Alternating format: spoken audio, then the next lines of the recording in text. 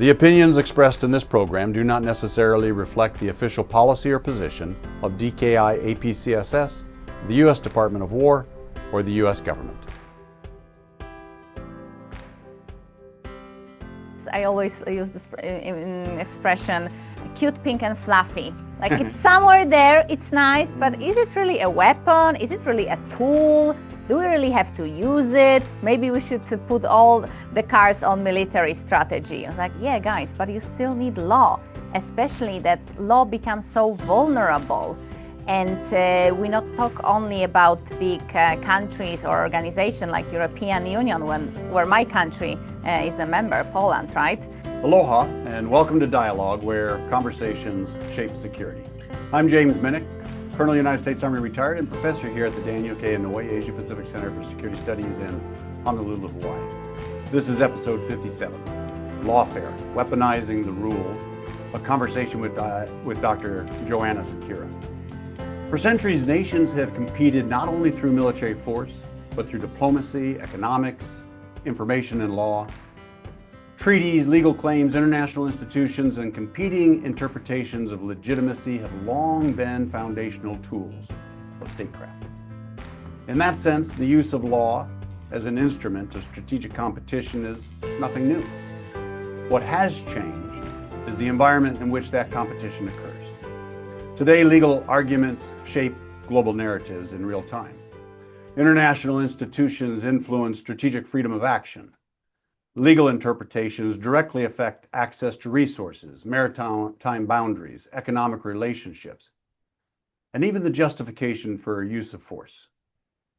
Increasingly, geopolitical competition unfolds not just on land, at sea, in the air, and in cyberspace, but in courtrooms, international forums, and the arena of public opinion.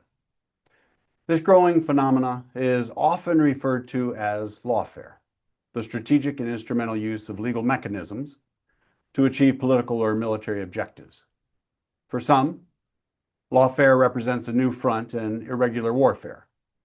Others argue it is simply the latest evolution of an enduring reality that states have always used legal frameworks to advance national interests and constrain competitors. Regardless of where one falls in that debate, there is little question that law, legitimacy, and international norms have become a persistent battle space. Nowhere is this more evident than in the Indo-Pacific.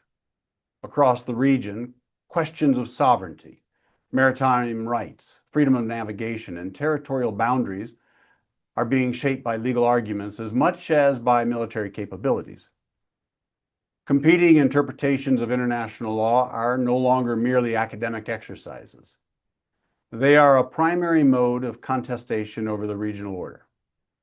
As the global system evolves toward a more competitive, multipolar environment, understanding how law intersects with power is vital for policymakers, military leaders, and security practitioners alike. The strategic question is no longer whether law influences competition. It clearly does. The question is how states deploy it, how adversaries exploit it, and how allies and partners can navigate this increasingly important dimension of the security environment. To help us explore these issues, I'm joined today by Dr. Joanna Siekiera, an internationally recognized expert on international law, lawfare, and the Indo-Pacific security. And she's the editor of the forthcoming volume, Lawfare in the Indo-Pacific. Joanna Siekiera, welcome to Dialogue. Thank you very much. I am honored to be here. I still recall our previous conversation exactly 1 year ago. It was a year ago. And unfortunately, that time I had you on a small screen and was looking at you. I get to see you in person. In fact, I've had the opportunity to work with you over the last month at least. I think you've been here at the center. We had, yes. Not only I provided my article to your book, now you wrote a chapter to my upcoming book, and now I am adjunct professor at the center. We have benefited by having you as an adjunct here. Thank you. You're here for the course, the Comprehensive Security Security Cooperation course that's going on right now. And It's a 5-week course, and they're well into. In fact, I'll lecture this week. I've got a lecture for North Korea's military modernization that's going on. I should probably think on that before that time. But looking forward to your speech. oh my goodness. Yes. And then your seminar leading here too, right? I am a leader of Seminar 9, call sign 9mm. I saw that that phrase be used several times. The classes are fun, dynamic. The fellows here, there's a lot here too. From so many countries, different mindset, military, police officer, humanitarian workers, governmental advisors. I am learning a lot from them. That is the beauty of the courses we have here, is we bring in such a diverse Yes. group of people with different experiences and from many locations. And you can take this learning and you can engage with it in your own experiences, and it becomes rich for those who really. Everyone, including me, definitely. I've been here for 10 years. There's not a engagement that goes by that I don't personally gain from. I really enjoy it. Oh, thanks for being here, Joanna. My pleasure. We're going to talk one of your very favorite subjects, I think. It is. When you invited me, like my heart started to, run faster, because this is my personal and professional mission. We must talk about legal warfare. I think we don't do enough in this regard. I think Americans are probably the best ones, researchers, academics, but you talk about that from American perspective. What I bring to the table is international perspective, because when we want to address our adversaries, we must understand their mindset, their legal mindset, why they do what they do, why they manipulate international law, what they want to achieve, but also what we want to achieve through Lawfare. Well, which is exactly why you're the right person to sit and have this discussion. And so let's pull on this. Let's talk about law as a battle space. And so, law, like diplomacy, economics, information, these have all become tools of strategic competition in many regards, yeah? So let me ask you this question. How should we understand lawfare as part of a modern battle space? First of all, to accept that it's part of battle space. So many people disagree. I would wholly agree with you. We kind of hold that off as if though, and as a result of that, perhaps we're less proficient in. Correct. We are missing the point, because Russia and China, they know how to manipulate lawfare. They do that officially at every possible level, and we somehow miss that. We're like, no, law is, I always use this expression, cute, pink, and fluffy. Like it's somewhere there, it's nice, but is it really a weapon? Is it really a tool? Do we really have to use it? Maybe we should put all the cards on military strategy. I was like, yeah, guys, but you still need law, especially that law becomes so vulnerable. And we not talk only about big countries or organizations like European Union, where my country is a member, Poland, right? But we talk about small island countries, delta countries, Asia-Pacific countries. And they all look at big countries, how they manipulate international law, what do they do with it? So lawfare obviously comes from legal warfare, lawfare. So how law domain became part of warfare to gain military or strategic advance. But I would always add that what you greatly pointed out, that there is nothing new in legal warfare, but what is new now are the values. That those are democratic countries. We are based on freedom of speech, of navigation, human rights, transparency of public administration, versus totalitarian regimes who will not stop themselves until they are stopped, unfortunately. So they are misusing, malinterpret international law, and that's where we should address lawfare at the current battlefield. So say more about that, about this, the things that are new about lawfare today. You talk about values. Clearly, it's, is the rapidity at which this is going on, the integration with all these other domains of war. I think of the information warfare and that with legal warfare really accelerates, the justification, trying to justify what is being done. But say more on this. First of all, we have, I would say, miserable United Nations. I believe in the Charter of United Nations, but unfortunately, this organization has been used against its own values. And China and Russia, they both have mastered lawfare. They use institutions, they use international tribunals. They agree with some articles they want to, but they have no problem with saying no to tribunals which were trying to put them back to order. And the most famous would be International Criminal Court, where Russia simply withdrew when they were told to get out of Ukraine. Russia said, no, we are not in the court anymore. You cannot say anything to us because we are already outside of this international organization.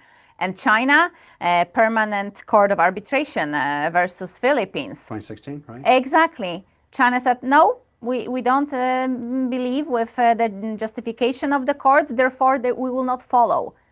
And that has never happened in history, that countries would actually openly fight against the institutions they had themselves established. Yeah, no, I agree. The environment seems to be, people seem to be performing differently, or countries seem to be performing differently in the environment and it feels as if I did a lecture here recently. It was on the system and disorder, and it feels like it is disordering in many regards. You give examples and highlight some of that right here. I mentioned a little bit in my opening, but about these competing views of lawfare, right? Yes. I mean, so not everyone agrees what Correct. lawfare is or who uses it. So where do you fall on this spectrum, and does intent matter in defining lawfare? Definitely. As you know, there are 2 lawyers, there will be 3 legal opinions. That's exactly right. So, do you really want to know the answer? Again, we are missing the fact that legal warfare is there. We are wasting so much time on definition, what lawfare is. I've been working, as you know, for NATO for the past 5 years. Just now I finished the lecture for our fellows about NATO strategy for Indo-Pacific. And even the alliance changed. Now anymore we cannot use lawfare, we can use legal operations. Seriously? You use that I saw that in your paper, this different, yeah. I think it's a waste of time. It's just like juggling of the words. Because again, legal operations, I think it's different connotation than lawfare. It's broader term, institutional, instrumentalized, psychological, also social media. Lawfare is happening on social media, on TikTok, Instagram, using fancy words, trying to justify that according to article ABCD, that country did that to protect their rights. But this is far from the truth. And you see, even my voice, I'm getting angry right now. I'm getting angry because we should not be so pessimistic about that tool. Law can be used as a tool, and whenever, especially in Europe, I think Europeans are much more sensitive than Americans, and whenever I say that there is weaponization of law, people don't like it. It's like, Joanna, don't say that. It's like, but this is not me who is weaponizing the law.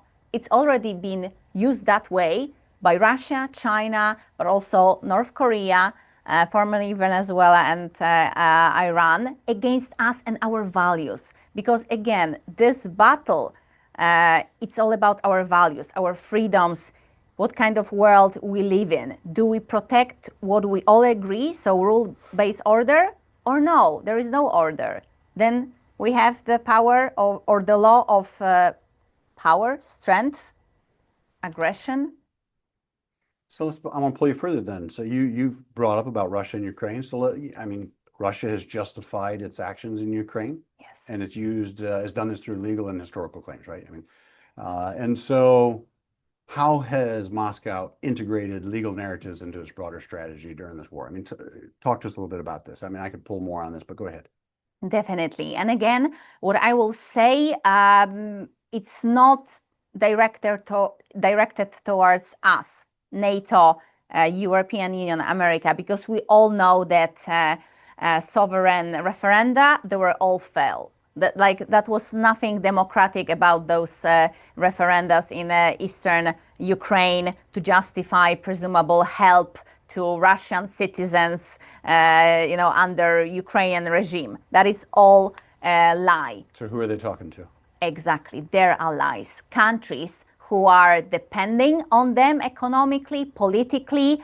Don't believe me? Look at United Nations General Assembly voting. Most countries will either hold the Russian side or at least abstain. So yellow color will be there. So those are the targets of Russian and Chinese manipulation of international law.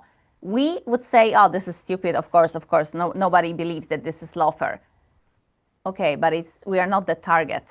They want to keep their allies tight.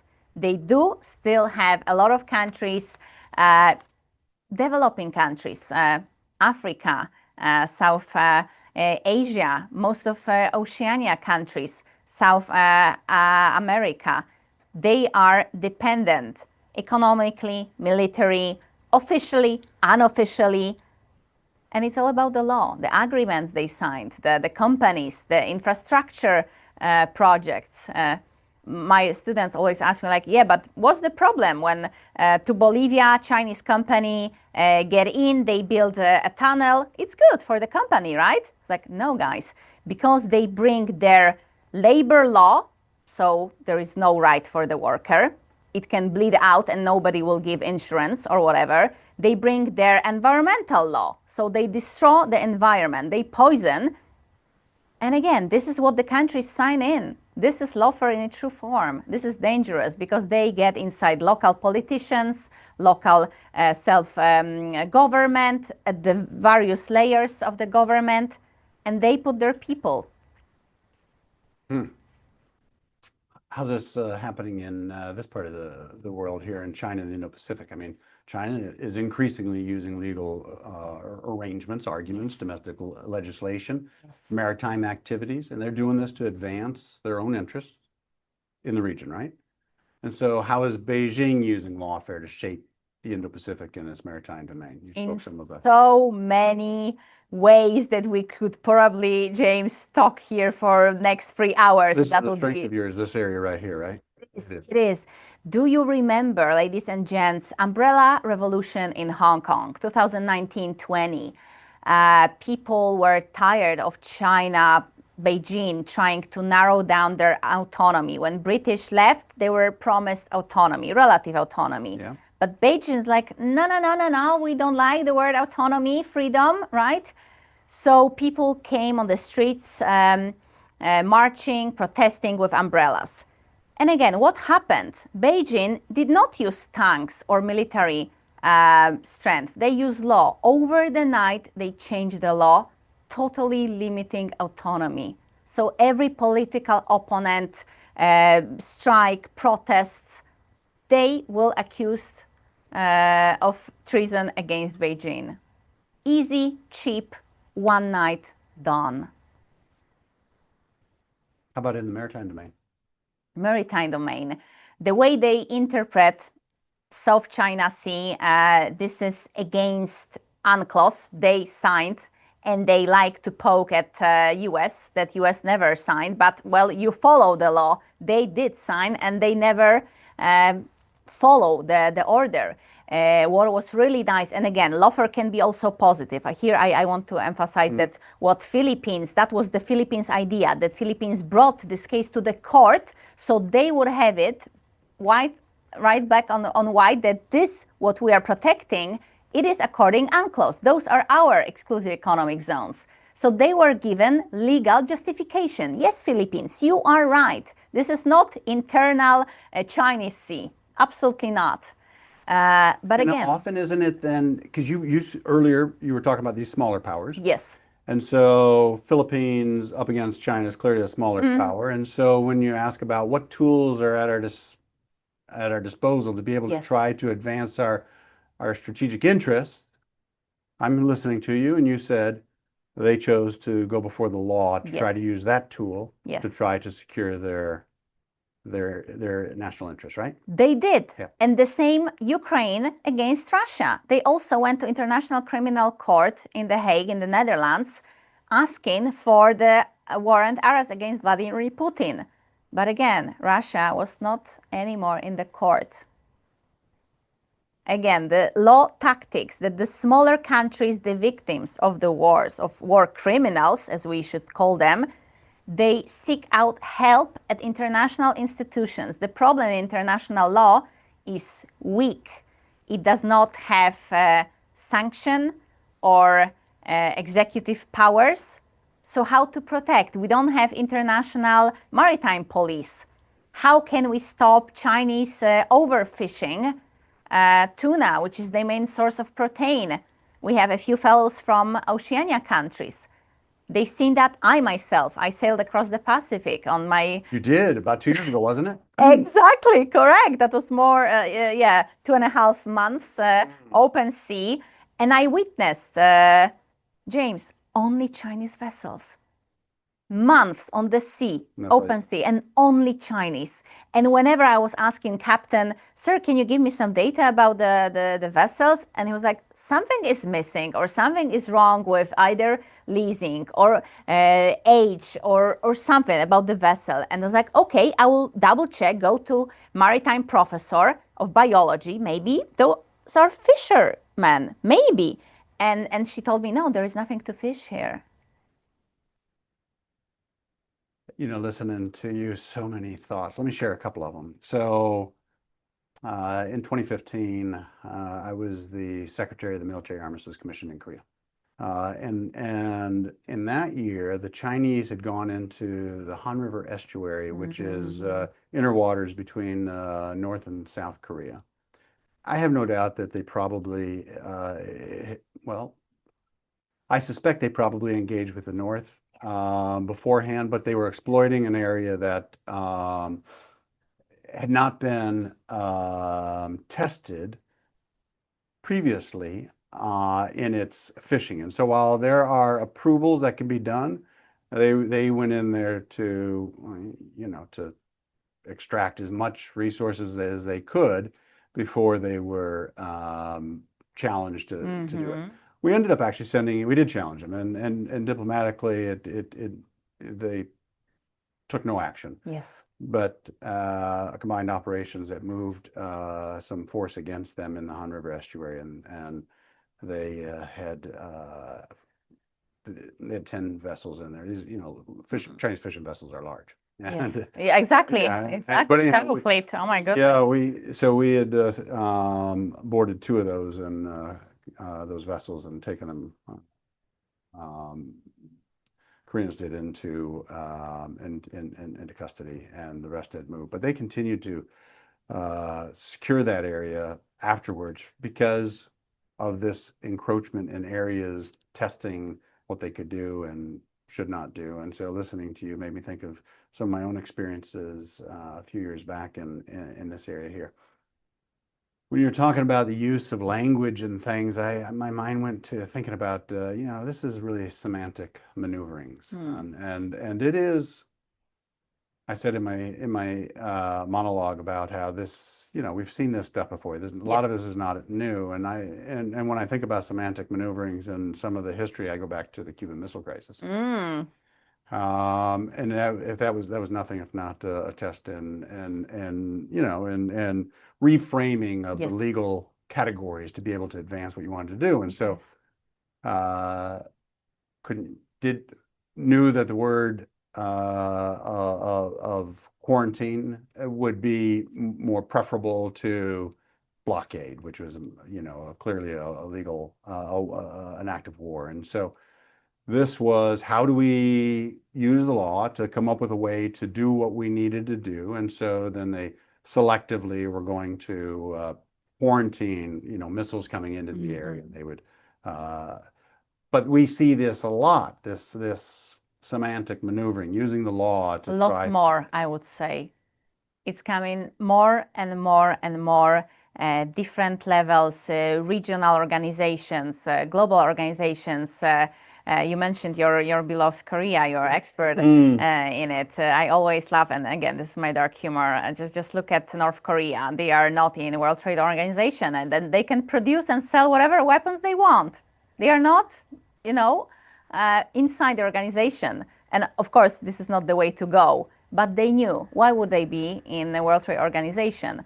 But also what China was, and you mentioned Taiwan, that strategically they were pushing away Taiwan from every major international organization or UN body, like World Health Assembly, like International Organization, Aviation, Civil Aviation Organization. They have their own air flight, right? So everything what they've been doing for decades, and as we all know, China is thinking strategically in advance, decades to go. Not I would say like us, the we Westerners, we react after something is done. Unfortunately, war in Ukraine woke everyone that, oh wow, suddenly we don't have peace anymore. We thought that after Second World War everyone would love each other. It's like, no, it's not the case, because some countries, they have their mindset, like Russia, Balshaya Russia, big Russia, and China, Da Donghe, so big China. So in their mindset, the politicians, and again, we are definitely not anti-China or anti-Russia. We are against the regime, the deadliest communist regime, who are oppressing their own citizens, who are killing political opponents, torturing, misusing. So it's not that they are using those tactics against us, but primarily they start from own citizens. And this, according to United Nations Charter, it puts on our shoulders obligation to help. Because those people, they are not to be blamed for the fact that they were born in those countries. They have the same unique human rights, human dignity. And what we should watch, what is happening there? No, definitely not. Pull you on gray zone. And I mean, states increasingly, I mean, they pursue these strategic objectives below the threshold of war, right? Yes. Armed conflicts. And this is what we refer to as gray zone. And so why is lawfare especially effective in the gray zone? Why do you think so? It is because it all depends on interpretation. We should not and cannot afford waiting for a new treaty to come. Suddenly we will have in UNCLOS a new interpretation of shrinking islands, or we will come up with some anti-terrorism treaty. Absolutely not. Those are tackled at the level of national law, not international. We are living in such a divided world that I don't believe that countries suddenly will sit down and sign a resolution. I don't believe so. I think we are so much divided now. So if we don't have hard law to point at least we can change interpretation. Because what terrorists, like pirates, they are doing, they act at the threshold. So not touching the definition of war crime or national criminal acts. They do everything around it because they feel safe.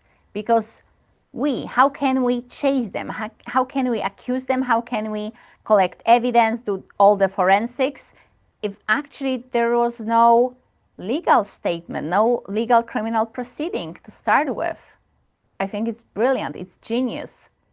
Sometimes I wonder in gray zone activities whether they're avoiding conflict, operating below it, Yes. so that they don't go into conflict, or they're pressing an advantage before conflict.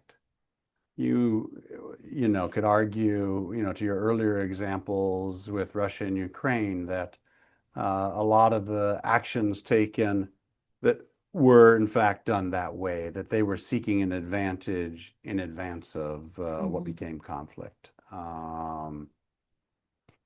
It can end up with war or armed conflict, but also not necessarily. Well, of course, not necessarily. This is the thing, that the Lawfare is very much useful at both full-scale invasions, though some don't like this term, or recently I heard about Eastern flank, that actually why Europeans call it Eastern flank, it should be Eastern front, and flanks should be elsewhere. I don't know, your army, you can tell me more about that. But definitely, the more we focus on semantics, as you said, the words, I think we're just wasting time, because China has Lawfare in its official doctrine. They do? They have it. Yeah, that's in their 3 warfares. You want to say more? Exactly. Ladies and gents, in 90s, 2 army colonels, they came up with this idea that, again, Sun Tzu, The Art of War, how to fight, how to win without fighting. And here we have law, we have international legal instruments. They themselves have been also building with us. But also we have psychological warfare and social media. So TikTok, even, like, we are building a new generation of people. And again, what kind of values they grow onto. And when China, and we all know that the internet is so much limited to educate new generation, for patriots, for someone who would think that Western world is not the best way, we are the best, because Chinese Communist Party is providing the good values. But in our hemisphere, we see so many accounts which are administered by China, by Russia. I myself, before Polish elections, was accused of working for Russia, which was ridiculous because I was defending Polish right to defend the border. But because Russia did not like that, because they were already using instrumentalized migration against Poland, against NATO and European Union, trying to force illegal migrants through the border with Belarus. So I was the head of the campaign to say that not only Poles have the right, but we have also the duty under the Constitution. So a lot of accounts, a lot of bots, however you want to call it. Again, Lawfare is already there. I am wondering why it's not at our side, why we are not using internet, social media to promote our values, where we stand for. It's cheap, it's efficient. We're not there yet. Yeah, no, I thought similarly that we are, the law ought to be a domain. Yes. Just like air, land, sea, cyber, Correct. space. Correct. Because it is happening there. And since it is, we would be better trained and better prepared and positioned to be able to engage in it, opposed to reacting all the time.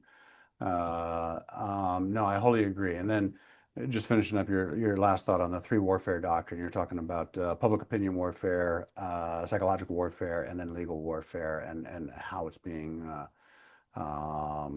effectively used. Yeah. Earlier in the conversation, we were talking a little bit about information, and so how closely connected is lawfare with disinformation and in the battle for legitimacy? What are your thoughts?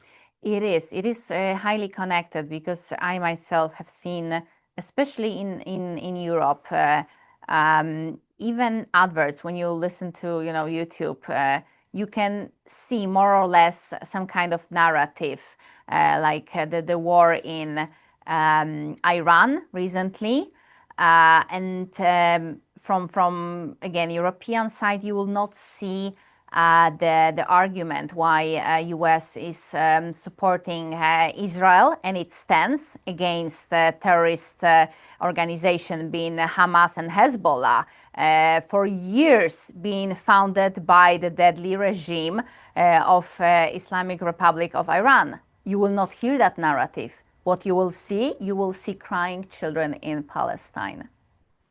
This is information, this psychological operation. And there will be always some kind of justification that, yeah, we have convention on the protection of human rights, children rights during the war. It's like, yeah, but why you don't address that about terrorist organization? You will not find those arguments, and not packed as people would like it. So in a funny way, with some memes, whatever, I think we're missing our chance to sell our ideas, to protect our values in the way we should. Because when we look at NATO and all the psychological operation NATO is doing, and just a month ago from here, so online, I was given a lecture about Lawfare and strategic operations. That we are missing out. We are not using this opportunity how we should, that we should be bolder in stating that if we will not protect our free world, it will be gone. Freedom is not granted forever. We must fight for it, we must protect it, but also to educate future generations why we have to do that. And I think that education, when we talk about legal warfare, is important. I myself teach in Poland courses for officers, generals, and Lawfare is there. I'm very happy. But I think that some people might not see connections as we are talking, how legal warfare impacts strategic mindset or strategic operations in NATO at the highest level. Why are we doing this? Why do I need to know law? I'm a soldier. Why do I need this? I have my rules of engagement. I know what I can do, more or less. This is it. Like, absolutely not. Would it be fair to say then, if lawfare provides the justification, then legal warfare, provides the amplification, and together you're able to be much more, effective in this space? I agree so. I agree so. And again, it depends from where you come from. We have our fellows from the Philippines. For them, lawfare is real. They witness that every day. What Chinese Coast Guard or maritime militia are doing against their fishermen every day. This is breaching, misusing, malinterpreting of the International Permanent Tribunal. This is the ruling everyone should accept because they signed the treaty, but they're not. So this is pure lawfare. So then, how do we prepare democracies for this? I mean, as we said, many democracies, they still view law primarily as a framework for restraint, to keep bad things from happening. But if lawfare is now a persistent feature of strategic competition, and it is, I mean, what must democratic nations do differently? First of all, education, but everything comes from the top. So how about our politicians? How about our flag officers? I mentioned that Ukraine was pursuing this International Criminal Court warrant arrest against Vladimir Putin. And that was exactly on 2022, March 16. That failed because Russia is not in the court. But what happened the day after, on the March 17th? Xi Jinping went to Moscow to meet Vladimir Putin, knowing already that, attempt of International Criminal Court was just ridiculous. Unfortunately, that was not good way of using international law. But those two head of states, they said from now on, Russia and China will guide and guard international law obedience. They said that. So they openly mentioned that now Russia and China will make sure that international law is interpreted as it should be. So obviously for their own benefits. And I'm asking, where is our response? Where are we? Why our heads of states, including Secretary General of NATO, would not say, we are here to protect the norms. We are here to make sure that international law is there for everyone and it applies equally. How about starting from such statements? Okay. We got a lot of audience questions, and so let's go through a few of those. And we're grateful for the audience that submitted more questions than we're going to go through, but we'll ask a few. So this first one's asking, kind of about this beyond defense. So if countering adversary lawfare is not enough, we kind of talked about that, what proactive legal and diplomatic tools should the United States and its allies employ?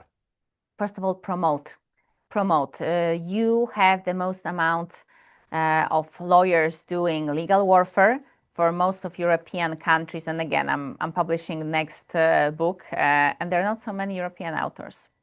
So America can really develop legal warfare and promote it again as a shield to protect our values. So we stopped associate lawfare as something negative that only China and Russia are doing.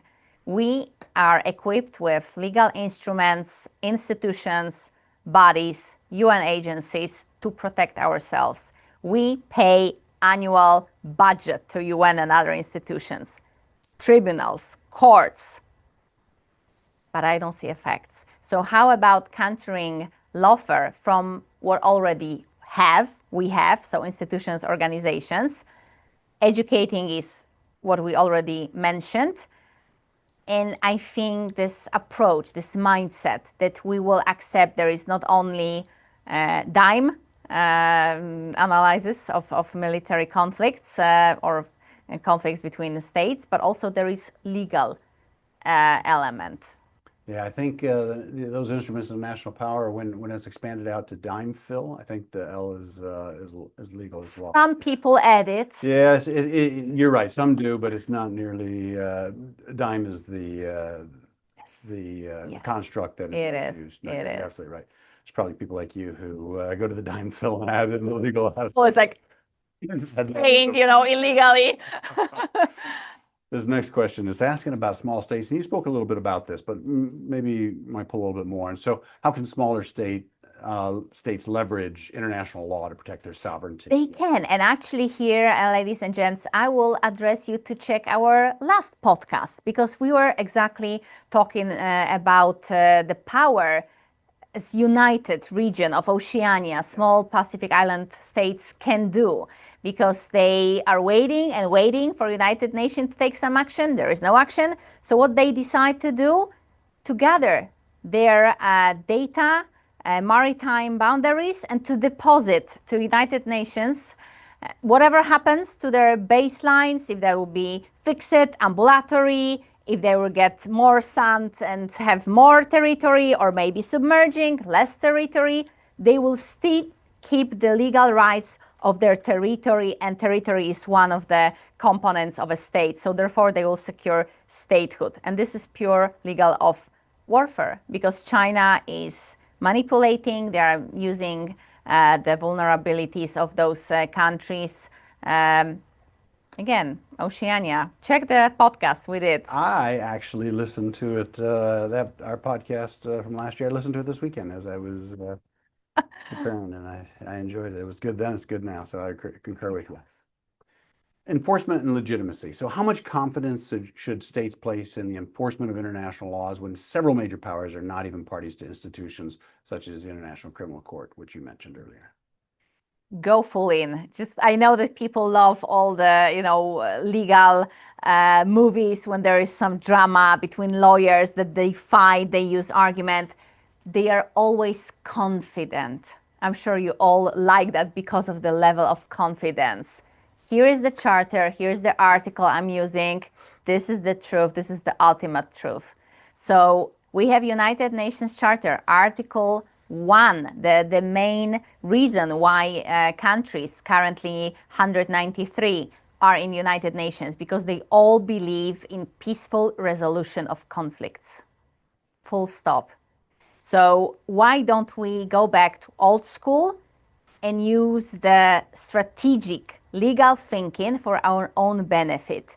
Because when we become weak, when we become less confident in what we believe, then totalitarian regimes, they step in. They have no problem with misinterpreting those rights, with manipulating international law.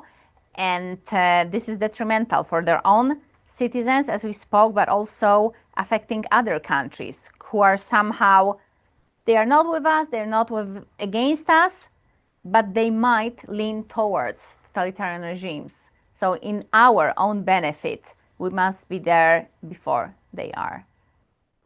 As you're talking about that, I thought of whether it's in criminal law, civil law, international law, often procedural saturation is a tool of stronger powers, right? They can just bury you in the system because they've got the resources to do that, and it becomes a difficult thing. And you see it in all those different types of law applications, don't you? Definitely. Just look at my old continent. A lot of legal struggles between countries versus countries, European Union versus countries versus European Union. And you just do. You have to prove your legal rights. You have to prove your benefits. And yes, it does take years, but I think it's worth it because we should start thinking strategically with decades to come, just like Chinese do. We cannot be only there when something happened. Yeah, and then of course you mentioned an example of the Philippines in 2016 Yes. and how they were successful despite Exactly. the challenges. Yeah. This next question is asking about neutrality under pressure. And so, can international legal institutions remain neutral and credible when states increasingly use legal narratives as tools of geopolitical competition? They should, because they are. They are there because countries decide to, because countries, when they created this intergovernmental organization, being, for example, UN, they gave some competences to those organs, believing that they will pursue their competences on their own behalf. So it's not about malinterpretation or any crazy other irrelevant interpretation, but just the pure expressis verbis what countries agreed to. So when it comes to neutrality, again, myself, I don't believe in neutrality. I believe that sooner or later countries would have to pick the side. Are they with freedom-loving nations or against? Because how can you say that what China is doing is wrong, but then still rely on it economically? So you support the regime if you do that. The same formally with Venezuela and Iran. So therefore, I think it's hypocritical if we condemn some regime, but we still keep close connection to it. But again, international organizations are there to keep the stability, peace. However, those beautiful terms has been, misused recently. We still have our obligations. We believe in international rules-based order. This is what differs us from other regimes. Joanna, I've known you for years. You can see the black and white in law very clearly. This question is going to ask about the gray. Oh. So, and so, written law often leaves room for interpretations. It is clearly intended to do so. It's not by accident, I would even argue. And so, and international law is exactly that way because countries don't want to get hemmed in too much. True. But so then the question is asking, how can democracies reduce the legal ambiguity that adversaries then exploit in that gray area of law? What I observe is it's good that we don't think like our strategic opponents, definitely, but why can we learn from them to understand that if they are using gray zones, we will still expect them to play black and white? If they are using TikTok for their own needs, why we still would address diplomatic note on official website? You know what I mean? This irregular concept is, I think, played by only one side. And where is our irregularity? How to address the perpetrators, the enemies, the opponents, however you want to call them, with addressing the tactics exactly where they come from, not our thinking and again, I'm not absolutely calling to break the law, absolutely not. But ladies and gentlemen, the example from Ukrainian front, where Ukrainians, they followed Geneva Conventions and they marked the shelters, right? That here are children, dzieci, So don't bomb those places. What Russians did, of course, they bombed it because for them that was direct target. The same with humanitarian protocol. According to Geneva Convention, you have to mark the line of the humanitarian convoy. You have to notify in advance. So all the parties would respect that. So Ukrainians did, they followed the law. What Russians did, they mined the road. So what I'm saying, I'm not saying that they should not follow the law, but maybe think that Russians, they also have good lawyers. They also read the treaties. They signed those treaties. So they will definitely use that knowledge against them. So how about notifying minutes before going humanitarian, right? Or like changing something on the map. Where is the shelter with civilian? You know what I mean? If they are manipulating the law, why we still expect them to follow the law? This kind of goes to your earlier point about how we can be more trained in understanding how to employ the law to our own advantages and stuff. So, Correct. This question is now asking about lawfare and strategic communications. We kind of talked a little bit about this, but I mean, as states become more sophisticated in the use of lawfare, should strategic communications be integrated into the broader legal and policy efforts? You spoke a little bit towards that, so maybe just be thoughtful, clear on this. What do you think? Definitely, and I got actually the same question for a NATO strategic communication course last month when I was teaching. And yes, I believe so. I think we should educate in our current legal frameworks what we do, why we do this, why we have to protect our free world, that all the freedom of speech, which we are having now, this freedom that we can talk about, that we might disagree to some things, right? But the fact that we are able to articulate this, not everyone on this globe has this ability to do so. So we must protect that. We were given this right, but also duty to fight for it, to protect that. And again, I think that usually soldiers or other branches, that when they are given tasks, they don't have it at the back of their mind that actually they do this because of law, of law their country stand for. They are part of the treaty, alliance, NATO, or other regional cooperation or alliance. And it's an example of NATO Plus, that now Japan, Republic of Korea, Australia, New Zealand, they became best friends of NATO. Who would have thought? Washington Treaty never said that there will be countries from outside of the region, and not mentioning Indo-Pacific. But because of the values, because of the same interpretation of freedom, those countries far away from the other side of the globe, they come to NATO summit. They are invited as honorary guests because of the fact that we share the same legal culture with them. And more importantly, China and Russia, they contradict what we believe so. Joanna, it's been a wonderful hour together.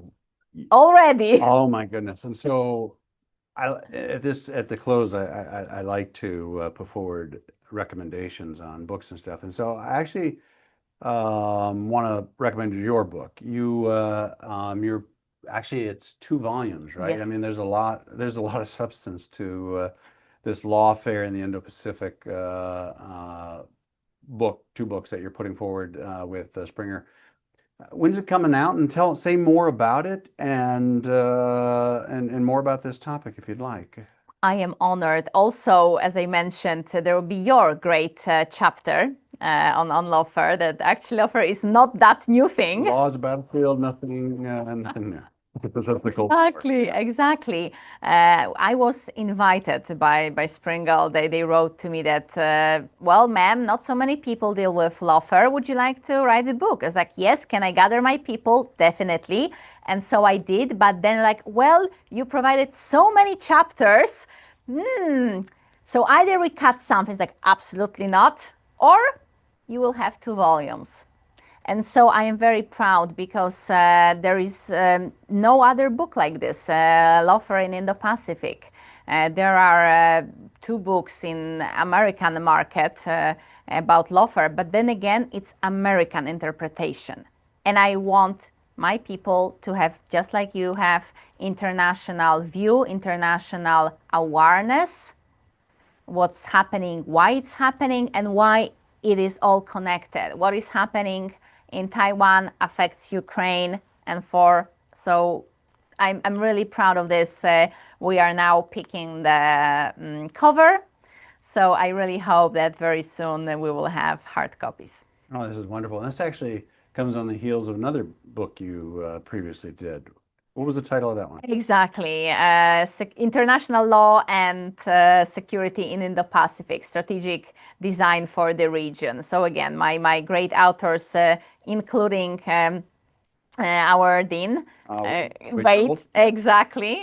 He wrote fantastic forward to the book, that we don't only analyze current events, but we are trying to shape strategic design for the future, because future is now. It is. Thank you for taking this hour. Oh my goodness, I'll remember this for a long time. Me too. It's my pleasure. It's my passion. I hope this podcast will reach the most amount of people to make a change. Thank you for that. As we conclude today's dialogue, this conversation reminds us that power is exercised not only through military force, but also through ideas, institutions, and law. Understanding how legal frameworks shape strategic competition is essential for allies and partners seeking to safeguard their interests, protect their sovereignty, and navigate in increasingly contested security environments. These conversations shape security. On behalf of all of us at the Daniel K. Inouye Asia-Pacific Center for Security Studies, thank you for joining us for this important dialogue. My thanks go to Dr. Joanna Siekiera for her insights. I'm James Minnich, and until we meet again, aloha hoi. The opinions expressed in this program do not necessarily reflect the official policy or position of DKI APCSS, the U.S. Department of War, or the U.S. government.